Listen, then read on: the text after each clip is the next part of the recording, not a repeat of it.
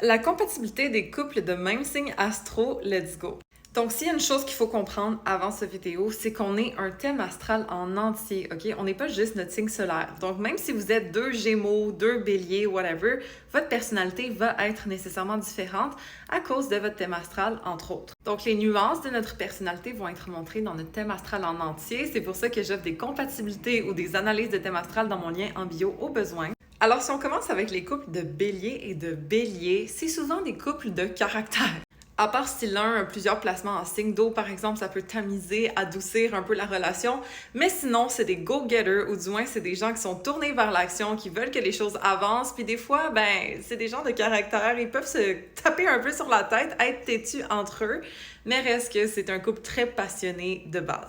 Ensuite, les couples taureau-taureau, c'est souvent des unions qui vont être confortables, où est-ce que la stabilité, le long terme va être mis de l'avant. Ça se peut que de temps en temps, on soit confronté au niveau de notre communication l'un à l'autre parce que, veux pas, le taureau, c'est un signe têtu. Mais reste qu'en général, on a une approche pragmatique, réaliste de la vie d'une façon commune. Faudra juste faire attention de ne pas toujours rester dans notre zone de confort.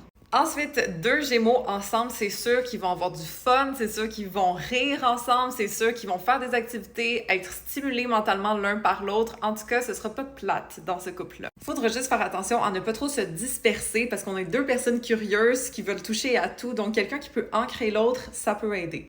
Ensuite, si on regarde le couple de deux cancers ensemble vont se faire sentir sécures émotionnellement. On va créer cette espèce de cocon l'un avec l'autre. On va pas se lâcher, OK? C'est des couples très fusionnels normalement. Faudra juste faire attention de ne pas se noyer dans les émotions de l'autre ou de devenir trop dépendant de notre partenaire.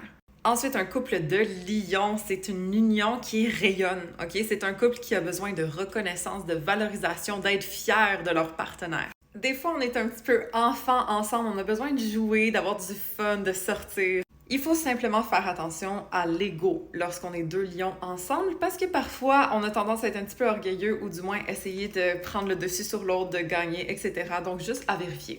Ensuite, deux vierges ensemble, c'est une union qui va être serviable, qui va être à long terme en général. On veut faire du bien à l'autre, on veut rendre service, on va être utile à notre partenaire. Donc, c'est des unions qui peuvent durer à long terme, surtout si on fait attention aux petits détails que l'autre fait pour nous dans le quotidien. Il faut juste faire attention à la critique lorsqu'on est deux vierges et aussi d'être tourné dans l'empathie, pas simplement le jugement, OK? Donc, si on peut s'aider là-dessus, s'il y a quelqu'un qui a un peu plus de planètes en signe d'eau, par exemple, ça peut aider. Si vous voulez qu'on regarde la compatibilité de votre couple, de regarder où est-ce que vous pourriez travailler pour améliorer le couple ou voir vos forces naturelles ensemble, vous pouvez booker ça dans une ouverture de tête complète dans mon lien en bio. Je vais mettre la deuxième partie dans la playlist plus bas, puis follow pour plus d'astro.